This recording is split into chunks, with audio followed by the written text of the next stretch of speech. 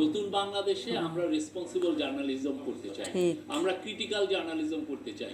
আমার বিরুদ্ধে যদি কিছু থাকে আপনি লেখেন, জোর গলায় লেখেন, আমাদের বিরুদ্ধে জোর গলায় লেখেন।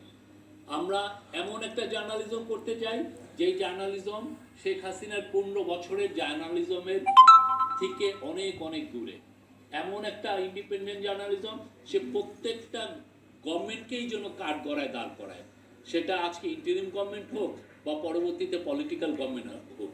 এমন একটা জার্নালিজম আসুক যেখানে কোনো জার্নালিস্ট যেন ইন্টিমিডিয়েটেড ফিল না করে, যে না আমি ভাই ভয় আমি লিখতে পারছি না, আমাকে অনলাইনে আমাকে হ্যারেস করা হচ্ছে, বা আমার এই ধরনের কোনো পরিবেশ না থাকুক। হয় এটা হইলে ভালো, কাজও করছি। আপনারা দেখছেন যে আমরা এরকম কোন সরকার এরকম একটা আশ্বাস দেয় নাই। মিডিয়া কমিশনের রিপোর্ট আমরা আশা করছি এই মাসের শেষে পাবো।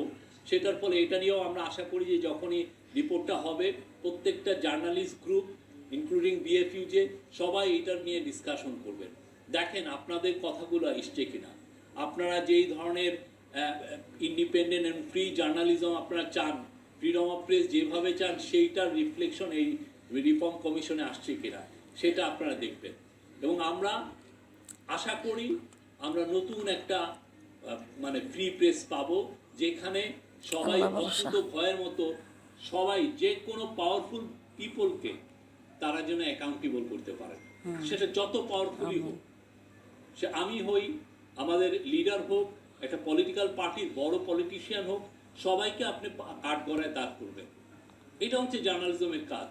এবং আমরা আবারও বলছি, আমরা 1 থেকে 36-এ যেটা হয়েছে আমরা প্রত্যেকটা ডকুমেন্টেশন করতে চাই।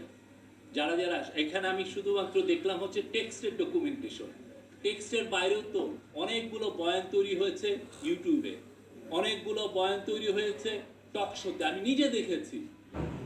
আমি দু একটা বড় টিভির কথা আমি বলতে পারি, এবার নাম বলছি না, তারা এসে এসে বলছে যে এই স্টুডেন্টদেরকে বলতেছে টেরোরিস্ট। আপনি কখন একজনকে টেরোরিস্ট বলেন? সবাই মিলে টেরোরিস্ট বলা মানে হচ্ছে আপনি এই সাদিক কায়ুমকে আপনি মারার একটা লেজিটিমেসি আপনি তৈরি করছেন। ওকে যখন আপনি টেরোরিস্ট বলবেন তখন লিগালি আপনি বলবেন যে ওকে মারার একটা বৈধতা আছে।